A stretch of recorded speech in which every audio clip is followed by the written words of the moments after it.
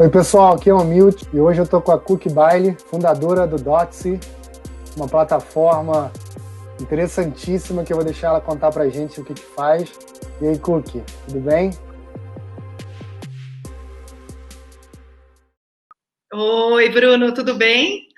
Adorei o convite. Estou super feliz em estar aqui com você. Que maravilha! Conta pra gente o que é a Dotzy, você pode? Ai, conto com o maior prazer. Bruno, é o seguinte, o Dotse é uma rede colaborativa de empreendedorismo, que nasceu em 2015 e que viralizou nas redes, com o intuito de apoiar, promover, desenvolver pequenos empreendedores autônomos, artesãos no Brasil. Tá, e aí você começa pelo Facebook, não é isso? A coisa começa como um grupo. E por que começa? Começa pelo quê?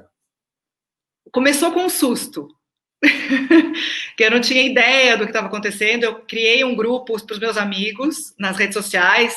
Não, nunca fui assim uma pessoa muito conectada em rede social, para falar a verdade.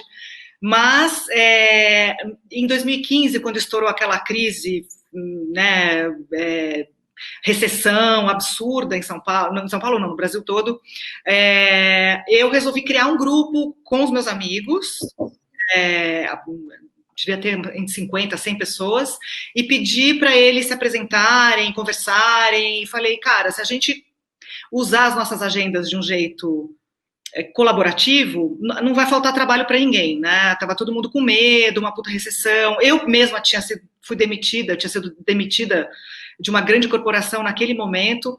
E ao invés de me desesperar e tal, e me sentir sozinha, e falar, nossa, é o fim do mundo, eu resolvi. Falei, puta, vou tentar criar uma coisa nova. Vamos tentar conectar todo mundo, as pessoas que a gente conhece, chamar mais gente para fazer parte de um movimento, né, sei lá, colaborativo. Porque você via que da mesma forma pela qual você naquele momento precisava de ajuda, vamos dizer assim, ou de se unir a coisa, tinha mais gente naquela situação, né? Eu não imaginava o quanto. Por isso que eu falo que veio de um susto, porque eu convidei, sei lá, 50, 100 pessoas da minha agenda, do Facebook na época, e em menos de um mês tinha 1.500 pessoas, e depois 3.000, 7.000, 10.000, e a coisa realmente viralizou, virou uma rede exponencial, que na época eu nem sabia o que era isso, né? Em 2015 eu não era o meu mundo, esse mundo digital, então eu não sabia direito, eu tive que correr atrás e entender. Aí eu fui ler os livros da Singularity para entender o que era exponencialidade, o que era algoritmo, o que era isso, aquilo, outro, porque eu vinha do mundo do design, mas muito mais analógico do que digital, né? Era uma coisa que eu nunca tinha realmente. Sempre trabalhei com design, com produto, com inovação de produtos e tal, branding, mas essa área de digital, de web e tal, não era a minha praia, sabe? Então, Cookie, deixa eu só fazer um parêntese aí. A Cookie, gente, era uma alta executiva, né, de várias indústrias, empresas muito grandes. Em 2015, ela faz essa cisão, vamos dizer assim, e ela começa a cair do zero nesse mundo virtual. E tudo que é construído da Dotzy, ou do Dotzy, ele acontece literalmente em 5 anos, não é isso, Cookie? 5 anos, e foi assim, foi um processo muito bonito, assim, muito lindo ver essa rede, na verdade, entender o que era o fenômeno das redes, né? Porque era uma coisa muito abstrata na minha cabeça, eu realmente não tinha ideia do que era o poder de uma comunidade virtual. Na verdade, é como se fosse uma grande cidade que cresce todos os dias, porque as pessoas se indicam, as pessoas se convidam, no ambiente digital, onde tudo é possível, existe uma horizontalidade muito bacana, então todas as classes sociais estão juntas, trabalhando juntas, não existe a barreira espacial, então a distância não existe, e todo mundo conversa, e todas as pessoas se respeitam. Isso é uma cultura que eu acabei criando lá dentro, né? Porque a partir do momento que você se torna líder de uma comunidade desse tamanho, porque hoje tem 300 mil pessoas, a gente cresce mais ou menos 20 mil ao mês, né? que é muita gente. Então, você tem que criar, desenhar o DNA dessa comunidade para que ela não se desvirtue, para que ela não perca o rumo, para que ela não vire uma bagunça, para que ela fique segura, né? Porque muita coisa acontece lá dentro e tem uma quantidade muito grande de transações financeiras, inclusive, que acontecem lá dentro, né? Porque eles fazem negócios, é uma rede de negócios, né? E aí, desculpa, continua, por favor. É uma rede de negócios, só que é baseada na empatia e nas conexões humanas, né? Então, apesar de ser um meio virtual, etc., né, de conversas, existe a materialização de bens. A gente realmente gera impacto e renda na vida das pessoas. Tem muitas milhares de famílias que vivem dessa rede hoje. Então, uma responsabilidade muito grande que hoje eu tenho de manter essa comunidade viva, bombando. Cookie, aí, em que momento que isso tudo se transfere do Facebook para outro ambiente, né? Para um ambiente próprio da plataforma? Demorou um certo tempo, Bruno, para eu entender o que eu ia fazer com um projeto que estava ficando tão grande e que tinha nascido dessa forma. Eu não conseguia mais conciliar a minha vida profissional em grandes agências e corporações com essa comunidade, porque ela demandava muita energia, muito tempo, e eu me apaixonei por ela, eu me apaixonei completamente pelo assunto, me apaixonei pelo resultado e pela repercussão que tinha na vida das pessoas. Eu percebi que existia realmente uma ferramenta muito importante para resolver um problema social fundamental. E aí eu resolvi assumir. Não foi fácil, porque dá muito medo, como você pode imaginar, muito medo de se jogar numa experiência nova.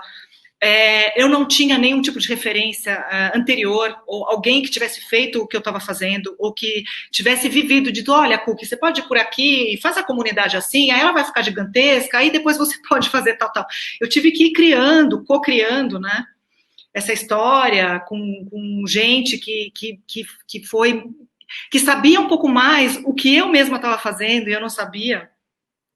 Eu vou te contar uma história interessante. Uma pessoa muito importante nesse processo todo é uma grande especialista em RH. Ela trabalha com o futuro do trabalho, que era uma coisa que eu nunca tinha, assim, pensado, né? Porque era um mundo completamente novo, desconhecido para mim.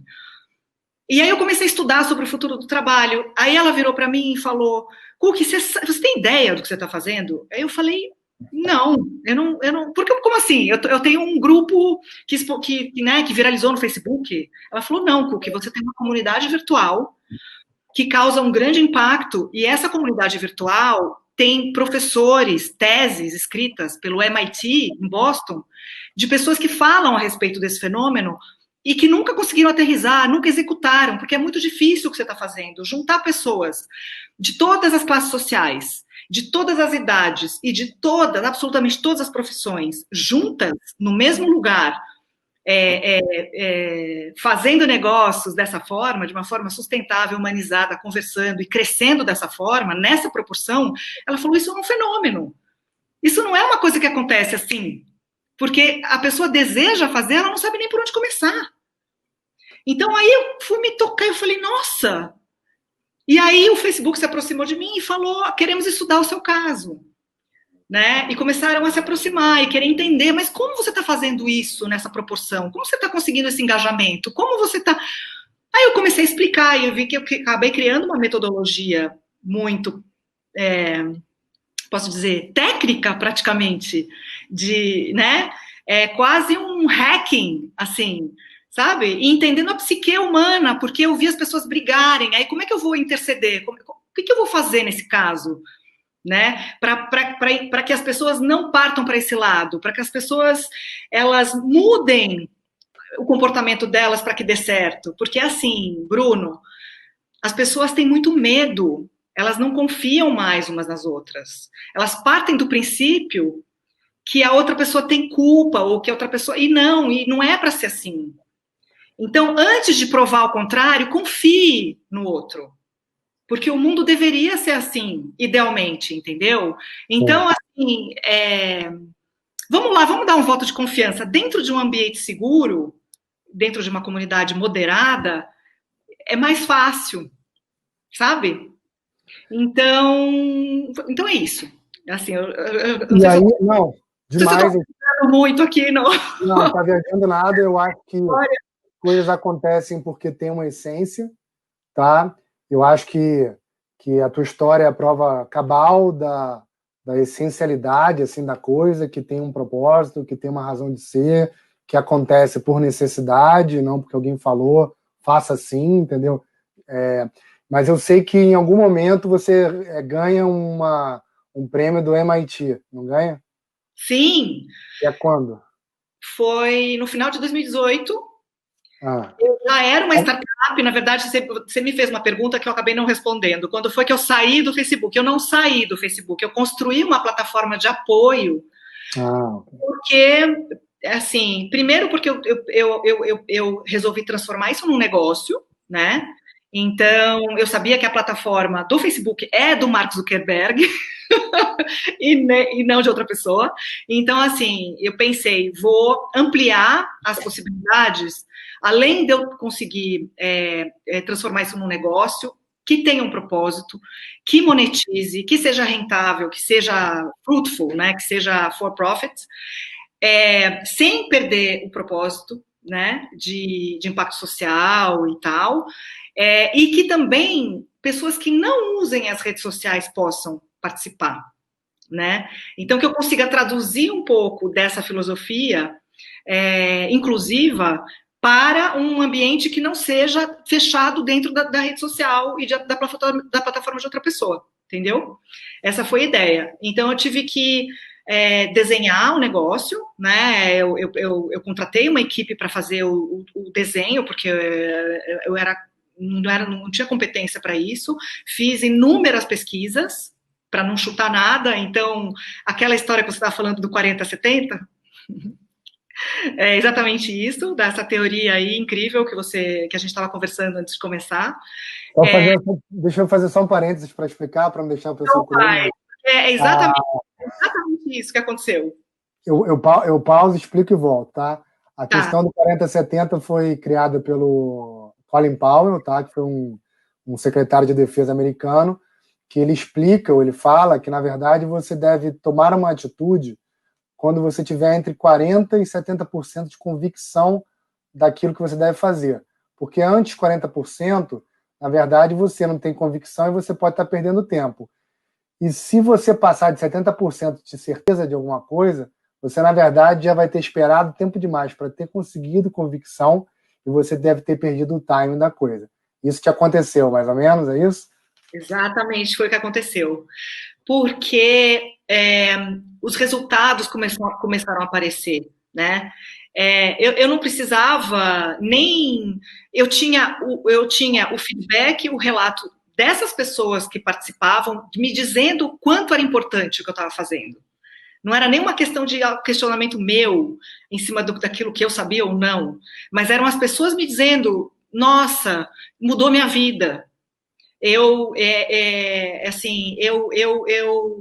quebrei e eu precisei me reinventar e eu não sabia para quem contar isso. Eu não conseguia colocar, eu não sabia como apresentar meu produto. Eu não tinha ninguém para comprar, eu não sabia como fazer. E aí eu comecei a orientar essas pessoas por vir dessa área de branding, de design, de produto. Então tudo que eu aprendi a minha vida inteira tanto na faculdade, na pós, enfim, na minha carreira inteira, eu comecei a passar esse conhecimento como mentora para milhares de pessoas. Quem precisar, né? Então, falando sobre a hierarquia da informação, sobre storytelling, sobre a qualidade da foto, sobre a qualidade da entrega, a qualidade do atendimento ao cliente, enfim, qualquer coisa positiva que pudesse trazer prosperidade e resultado para essas pessoas que tinham muito menos conhecimento do que eu. Então, é o que eu faço até hoje. Por isso que eu digo que essa rede, ela faz inclusão financeira, inclusão social e agora inclusão digital. Fantástico. Então, Fantástico. É quase que um Sebrae vitaminado e com mais alma, né? Exatamente. Bom, o Sebrae é uma longa história com o Sebrae. Eu já fiz várias palestras para eles, tal. Já tem, a gente já tem. Eles foram. Eu participei de um evento de inovação que chama Hacktown, do Ralph Petkov. Sabe quem é? Sabe quem é, Então, né? Então, eu fui palestrante lá e o Sebrae de Brasília foi atrás de mim no evento. que maravilha. E aí eu fui para Brasília, eu passei uma tarde inteira lá, apresentei a rede para todo mundo no Sebrae, eu conheço o pessoal do Sebrae de São Paulo, enfim, é uma história, assim, um longo romance que eu estou tentando juntar já faz um tempo. Eles também espero que isso aconteça em algum momento, mas assim, existe como eu posso dizer, uma sinergia e É, sabe, muito, é. muito bacana entre a gente. Agora, olha só, eu respeito muito o Sebrae, tá? Eu respeito muito Brasília, minha sogra mora lá, mas você está escapando do MIT. Eu quero saber como é que você ganhou. Ninguém ganha alguma coisa do MIT e fala do Sebrae, tá? E Tá. aí, como é que foi isso? O MIT foi o seguinte: existe um challenge, né, uma competição, né, de inovação mundial, global, que acontece para startups que resolvem problemas sociais, né, de vários tipos. E aí eu me inscrevi. Eu falei, várias pessoas, assim, amigos, pessoas que né, acharam que tinha perfil e tal, e aí eu fui lá e falei, vou me inscrever nesse prêmio, né? Quem sabe entendam o que eu estou fazendo, né? Tal. E aí a gente, o meu projeto foi selecionado na primeira onda, né? Acho que foram 700 ou 800 projetos que foram enviados na minha categoria. Aí eles diminuíram para 30, e aí no Brasil foram 4, e eu ganhei o primeiro prêmio América Latina em inclusão financeira, inovação e inclusão financeira. Maravilhosa. Então esse troféu tá fresquinho aí, né? De 2018, né?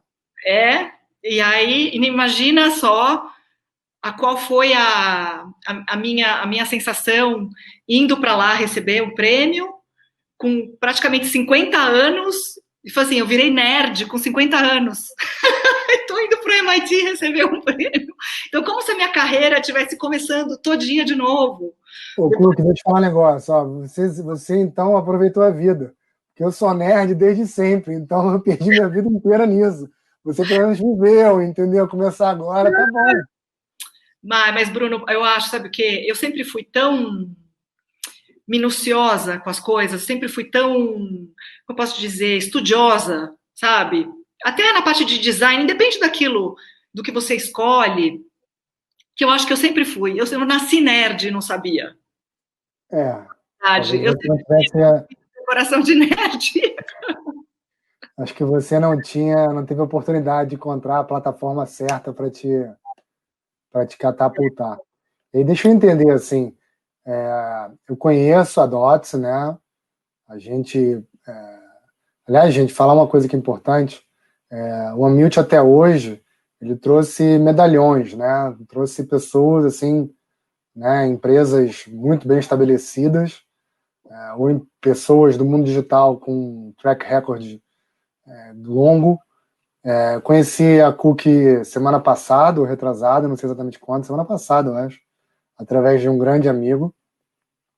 E eu fiquei tão fascinado pela Cookie e pela Dotse, pelo Dotse, que eu falei, cara, o Amilt tem que ser um espaço para trazer tanto os caras que estão lá na crista da onda, quanto os caras que estão começando a embicar para subir, seja para reconhecer essas pessoas, seja para dar visibilidade para elas, para eventualmente conectar pontas, seja para também aprender. Eu estava falando para a Cookie antes da gente ir ao ar que a gente está o tempo todo trocando, né?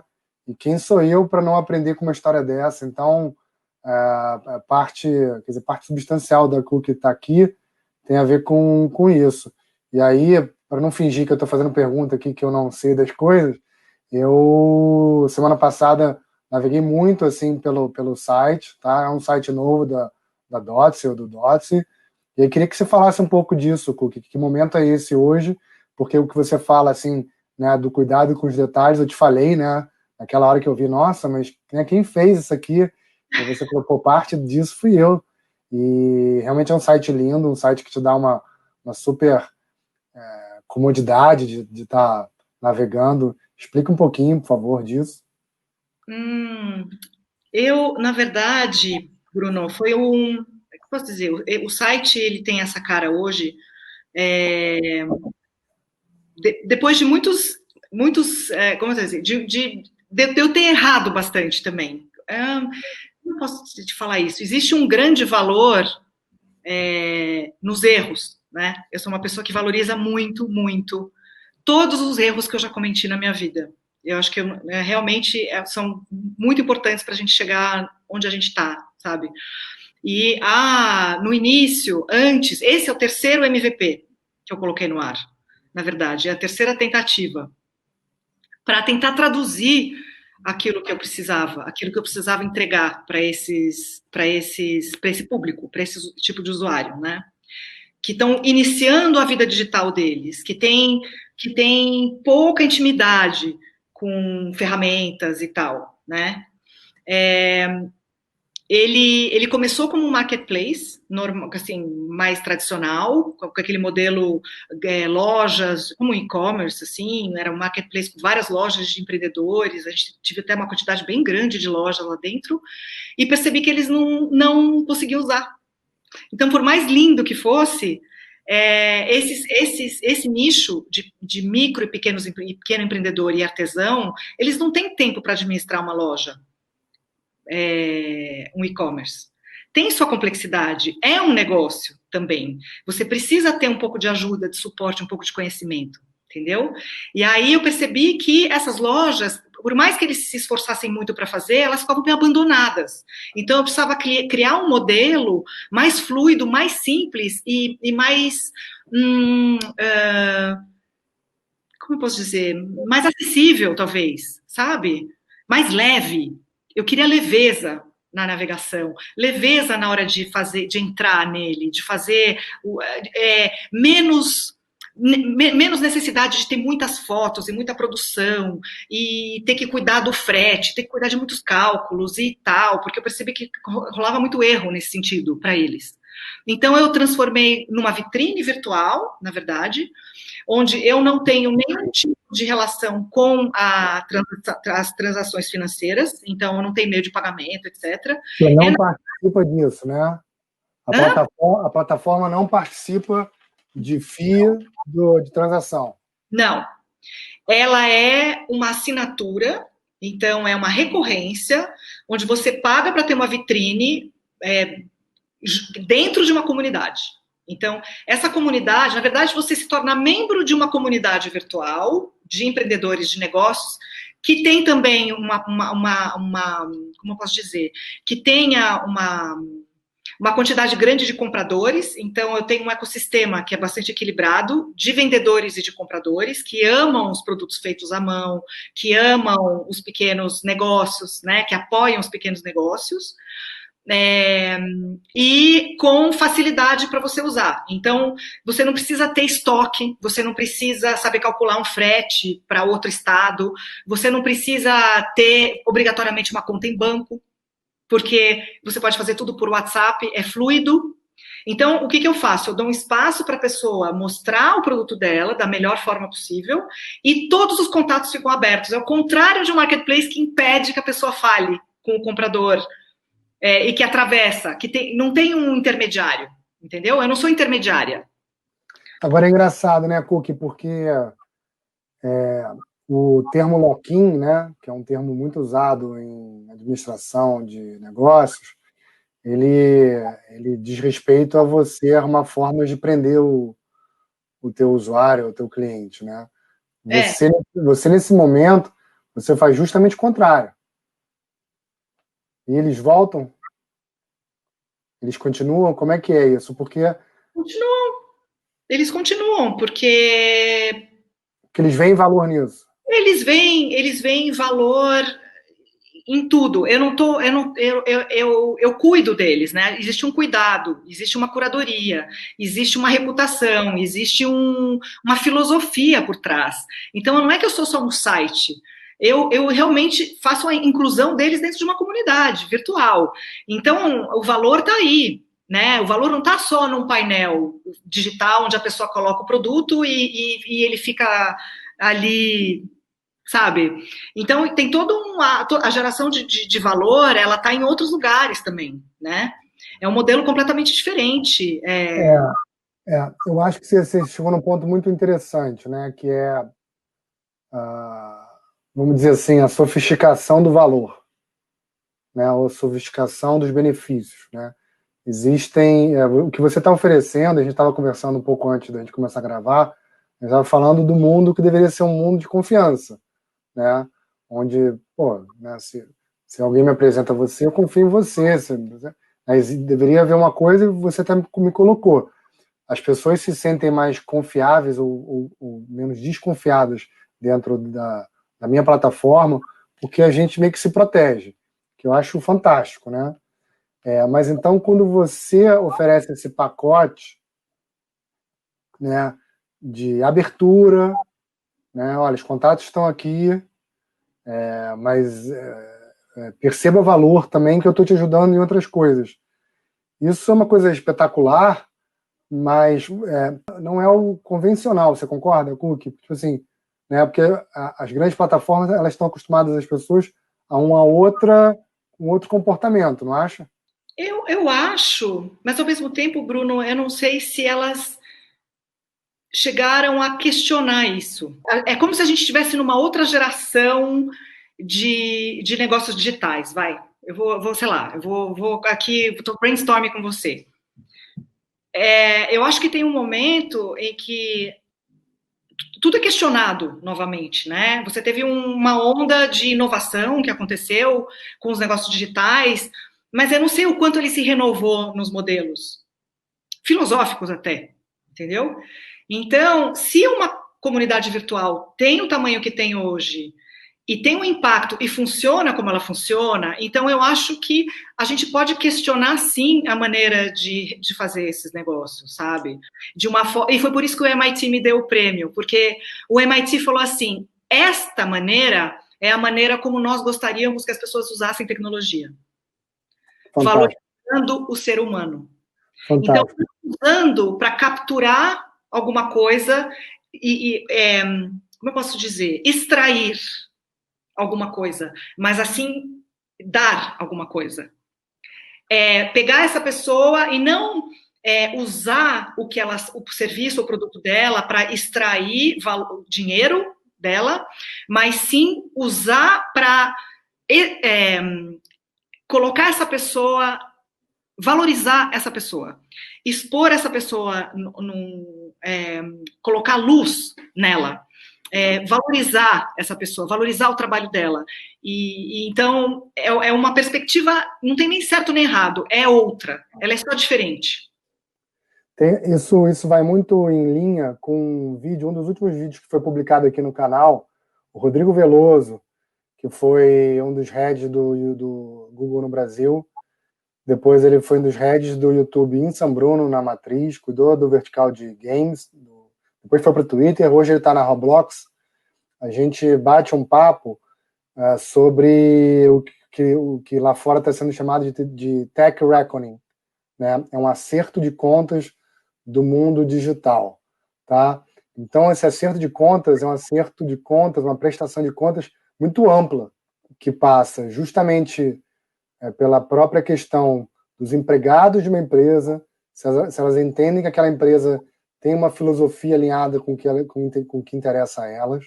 Os próprios clientes vão pensar, pô, eu estou alinhado com, sei lá, com o que esse CEO pensa, ou quem ele apoia, ou o que ele faz. Até o próprio uso abusivo da tecnologia para fins escusos, né?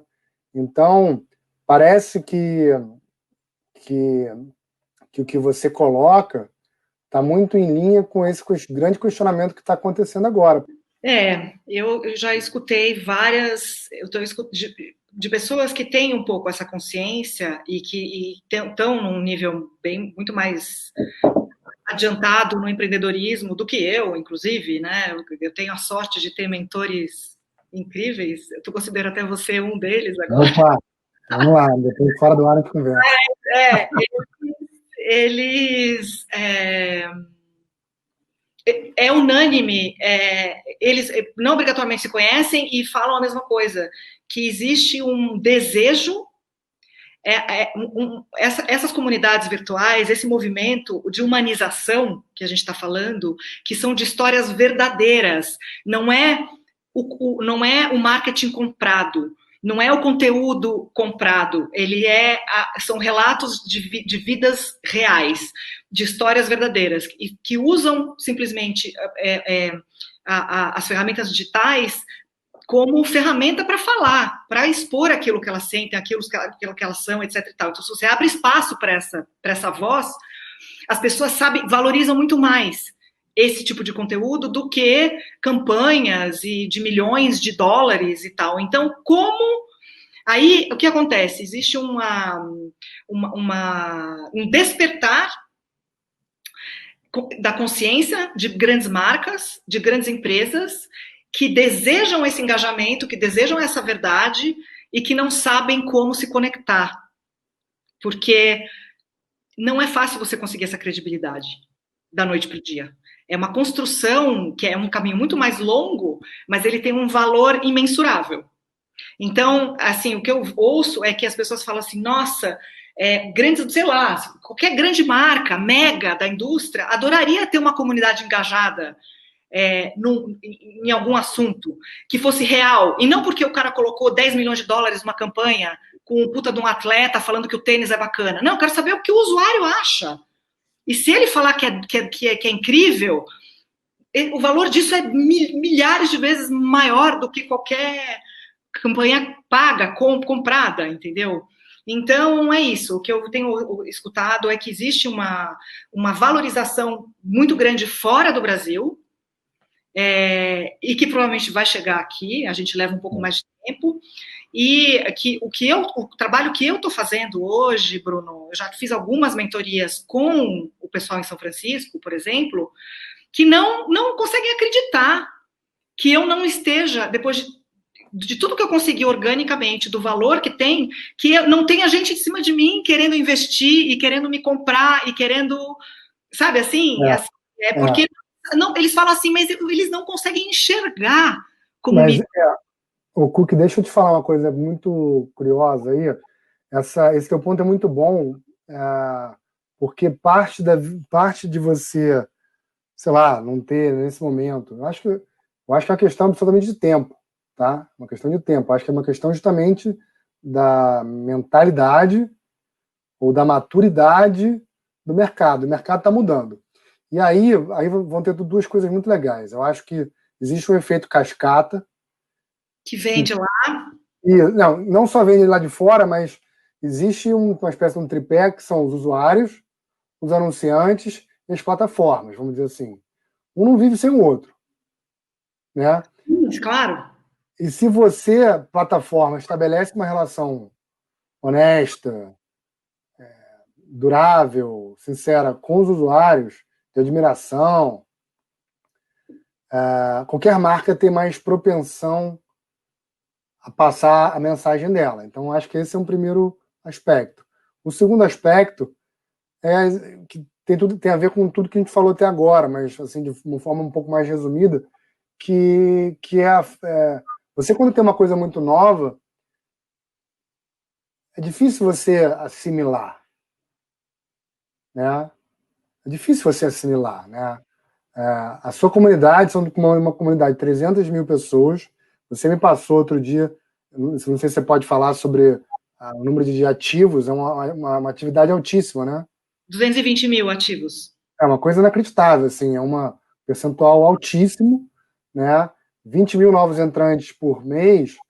E eu acho que essa questão que você falou do MVP, de estar no terceiro MVP, você vai estar no enésimo daqui a pouco. Porque essa coisa de MVP acho que ninguém fala assim para não assustar quem está começando, mas ela não acaba nunca, né? Não acaba nunca. Não, é verdade, porque você vai, mas eu acho assim, eu acho que aí você tem talvez quando você acerta um modelo, você começa a construir em volta dele e melhorar esse mesmo modelo. Eu acho que quando você começa os seus primeiros MVPs, você dá umas, né, quebra a cara assim, pá, né, fala assim, nossa, meu Deus, que erro de execução, tem aqueles erros, o erro ideológico, o erro de execução, né, vários, assim, que fazem parte. Eu acho que é importante a gente, quem está empreendendo digitalmente, né, você que é super experiente nisso, sabe que não pode se assustar, é uma coisa que se você tem na veia e gosta, é como se fosse um game, é como se fosse um jogo mesmo, você errou, tem que, né, tem que É, se tem que olhar para é, frente e continuar é. tentando. O Flávio Canto, que foi o segundo cara a participar aqui do papo, ele fala uma coisa assim que é muito legal, né? O Flávio Canto é um cara inteligentíssimo, super estudado, assim, realmente um cara diferenciado. Ele fala que ele sempre se fez questionamentos fortíssimos, né, sobre as dinâmicas das coisas, né, como você se torna um vencedor, o que diferencia, né, por que um cara ganha e outro não. E ele fala, assim, no próprio vídeo, ele fala que parte importante, que ele sempre foi muito apegado às derrotas. Não apegado de não aceitar, mas ele sempre se relacionou muito mais com elas, ele valorizou muito mais as derrotas do que as vitórias. Ele até fala, as vitórias você ganha, e aí já de noite você está lá, vai dormir e esqueceu que ganhou, mas quando você perde, você fica lá remoendo, né? Você fica ali, pô, onde foi que eu errei, onde foi que eu fiz? E é curioso, né? Porque eu posso te falar por mim mesmo, assim, eu empreendo desde 95. Você tem uma questão egóica, vamos dizer assim, do erro, né? O erro quer dizer que você fracassou, né? Mas o erro é uma coisa pontual, se você olhar que você está numa trajetória muito maior, né? É difícil da gente engolir erro, né? Quando você tem algum mínimo de perfeccionismo, você fica um pouco mexido com isso. Mas a partir do momento quando você dá um zoom out, você percebe que é impossível você evoluir sem errar, você fica satisfeito quando você erra, e óbvio que você tem que saber mitigar os estragos daquele erro, mas você começa a falar o seguinte, gente, se eu errei, eu pego esse troço aqui para mim, eu entendo o que aconteceu, eu vou adiante. Tá? Dito isto, queria entender o seguinte, nesse seu terceiro MVP, né, vulgo site que está no ar, qual é o seu grande desafio? O que você tem que fazer ali? O que você tem que mudar ali?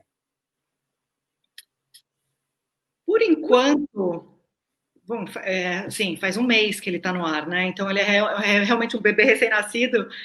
Eu acho que ele está uma boa parte dele está bem resolvida para o objetivo que eu desenhei nesse momento, mas eu sei que eu preciso colocar, assim,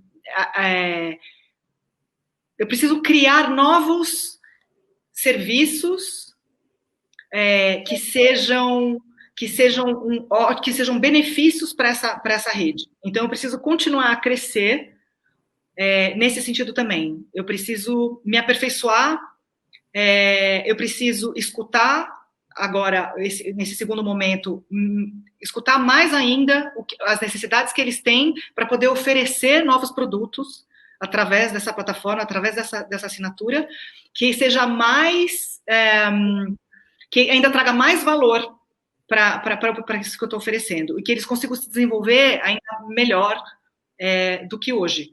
Então, nesse sentido, então, assim, sinceramente, Bruno, eu tenho plena consciência que eu não sou uma empresa de tecnologia, eu sou uma empresa de serviços. Então, eu preciso me aperfeiçoar nas mentorias, eu preciso me aperfeiçoar no atendimento ao cliente, eu preciso me aperfeiçoar na escuta, eu preciso, até na parte de gestão de conflitos, entendeu? Porque esse é o caminho que eu escolhi dentro do mundo tecnológico, é a humanização dessas ferramentas, né? Então, acho que o investimento que eu provavelmente vou fazer é nisso, é fazendo parcerias que façam sentido. Podem ser serviços financeiros, que eu estou sendo talvez um pouco abstrata, mas serviços que sejam ligados à educação, a serviços financeiros, sabe? Que eu realmente consiga cada vez mais dar segurança e autonomia para esses pequenos empreendedores, para que eles consigam. Assim, eu acho até que eu estou num estágio. Vou dizer, o mundo ideal para mim vai ser quando eles não precisarem mais de mim. Agora é muito louco, né? Porque você vê que... Eu continue fazendo eu pegando o início da jornada deles, e a partir do momento que eles têm sucesso e que eles estão vendendo muito, que eles estão assim mais seguros e sabe assim, é como se eles tivessem recebido um diploma, sabe? Assim, e aí as novas turmas entram novamente. Eu acho que eu tenho muito claro na minha cabeça essa missão. E aí que eu tenho, eu acho que a minha maior força. Eu entender isso e não tentar me agarrar a essa pessoa, a esses usuários e achar que eles vão ficar comigo por causa da vida. Eu não vou conseguir atender todo mundo por causa da vida, sabe? Só se eu inventar um outro negócio, que é possível também, né? Tem uma pegada maternal grande aí, né?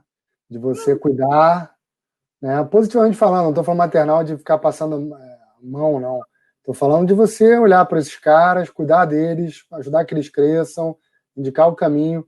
E tem uma coisa que a gente estava falando no Papo com a Dasa, que foi ao ar ontem ou anteontem, com o Emerson e com o Diego, que eles explicam o que a Dasa fez pelo Brasil na pandemia.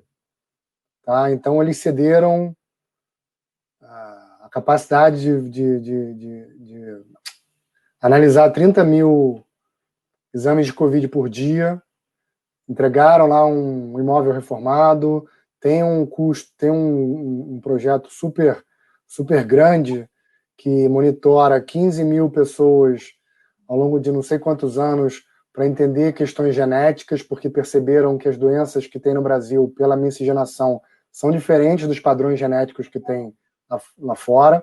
Uhum. Então, eles reconheceram que essa é uma maneira deles darem um give back para a sociedade. Sim. Você, pelo visto, você faz isso, né, naturalmente, né? Porque, cara, quem é o cara sem coração que passa pelas suas mãos, pela plataforma durante tanto tempo, e de repente vai evoluindo, né, com esse liberalismo, vamos dizer assim, né, de não trancar o cara ali dentro, de o cara poder fazer, e não fazer alguma coisa em troca, porque possivelmente a primeira coisa que eu gostaria de fazer nesse momento é falar assim, pô, cara, eu devo tanto ao Dotse que eu vou agora me engajar a fazer voltar. Isso eu acho que é uma coisa, né? E desculpa, só para complementar que veio uma coisa na minha cabeça, um negócio muito louco. Você está falando aí, e a gente estava falando um pouco de tecnologia antes, fora do ar, e é muito engraçado, né? Porque num momento onde a gente está vivendo altos achievements, né? Com relação à tecnologia, inteligência artificial e uma série de coisas, onde, né, o mundo está indo para um lado, existe um espaço completamente não tecnológico, vamos dizer assim, óbvio que é tecnológico, você está digital, você está com presença, né? Mas você quer fazer justamente a completar essa fração do que a tecnologia não consegue oferecer, que é justamente essa questão humana, né? Soft skills, né? Trabalhar com soft skills através da tecnologia. E é exatamente isso que o MIT premiou. Então, eles, assim, no discurso, quando eles fizeram o discurso final, justificando a entrega dos prêmios, eles falaram isso. Eles falaram assim, é fundamental nessa categoria que realmente exista a humanização dessas ferramentas. Então, e nesse impacto, porque na verdade não é só isso, é escala também. Então, é você usar, para você usar a ferramenta digital para escalar esse impacto, escalar essa humanização de uma forma que, de outra maneira, não seria possível. Não seria possível eu cuidar de 300 mil pessoas, como eu faço hoje, né? Então, eu acho que é por aí. E agora, vamos ver como vai ser, né? Assim, uma coisa que eu queria te falar, Bruno, a respeito desse reconhecimento das pessoas, ele já está acontecendo, porque as pessoas que estão na rede não querem sair. Então, eu recebo feedback, eu recebo histórias assim de pessoas que comentam nas publicações que eu faço, dizendo: estou aqui desde o início, sou grato para o resto da minha vida, o impacto que tem, o quanto me ajudou. Eu lancei o meu produto aqui, eu lancei o meu projeto. Muitas empresas nasceram dentro da minha rede. Tem histórias... Não é por acaso que tem um nível de atividade tão alto, né? Se você tem 300 mil pessoas, 220, sei lá quanto, tão ativos, com 20 mil pessoas organicamente entrando todo mês, deve ter alguma razão forte, né? Tem, então, tem. Eles e também gostam, né? Gostam também de ver como tem muito conteúdo, porque a gente faz toda a comunidade ela é construída em cima de storytelling. Não é só produto e serviço. As pessoas contam sobre a vida delas, né? Contam quem elas são, como elas vivem, por que elas estão fazendo aquilo. É o que eu peço para elas fazerem. A rede começou assim, ela nasceu assim. Então, as pessoas se sentem menos sós, elas sentem pertencimento, que é muito diferente de qualquer outro site. Você entra num site e você não se sente pertencendo a ele, você sente que você está usando uma ferramenta, mas você não vai contar, ele não sabe quem você é, não sabe que eu sou uma mulher de 52 anos, que eu sou mãe solteira, que a minha filha tem 11, que eu entendeu? Que eu venho, né? Então existe toda uma parte de empatia que é muito forte. Fantástico. E que faz com que as pessoas se sintam acolhidas. É acolhimento puro. É o que a gente mais precisa no planeta hoje, eu acho. É a tal da empatia, não é? Uhum, exatamente. A força da empatia é fenomenal. Fantástico. Deixa eu te falar, estamos estourando o tempo aqui. Foi maravilhoso. Queria deixar você aberta para deixar uma mensagem, fazer um convite, o que você quiser. Foi um prazer. Primeiro, eu quero agradecer a oportunidade de estar aqui, Bruno. O quanto foi bacana te conhecer. E eu acho que a gente ainda vai ter longas e longas conversas a respeito de tudo isso. Convido quem estiver assistindo, tiver gostado do nosso papo, a vir participar. A comunidade se chama Rede Dotsy, D-O-T-S-Y, no Facebook. Não é difícil de achar. O nosso site é o dotsy.com.br. E estão todos super bem-vindos a conhecer essa comunidade, participar, conversar. O fato de você entrar nesse site e se cadastrar, você está abraçando uma causa muito bacana. Outra coisa que eu gostaria de falar, 80% da rede são mulheres.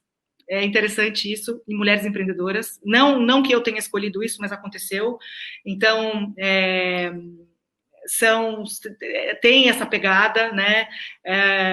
E eu acho que seria muito bacana receber vocês. Ótimo. Ótimo. Fantástico. Gente, quem gostou, assina aí o canal, tá? Dá like, entra no Dotsy, tá? Conheça, abra a cabeça. Se gostar, indique, tá bom? Indique, então, isso é muito importante. E é isso. Obrigado, tá, Cookie? Obrigada, Bruno. Obrigada a você.